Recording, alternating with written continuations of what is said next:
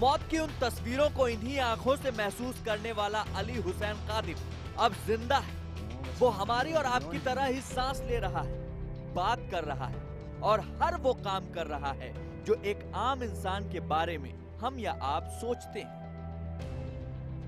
लेकिन इसके किस्से और इसकी गुजरी हकीकत से गुजरने के बाद आप इसे मामूली तो कतई नहीं कहेंगे, क्योंकि इसने वो पल जिए हैं जिनके बारे में सोच सोच कर किसी की रूह फना हो जाए।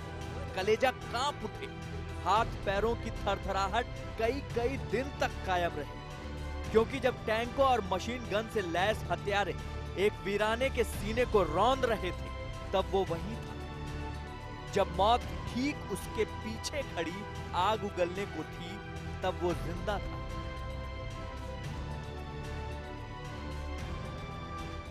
दुनिया में अगर कोई चमत्कार को सही ढंग से बता सकता है, तो शायद इससे बेहतर शख्स और कोई नहीं हो सकता।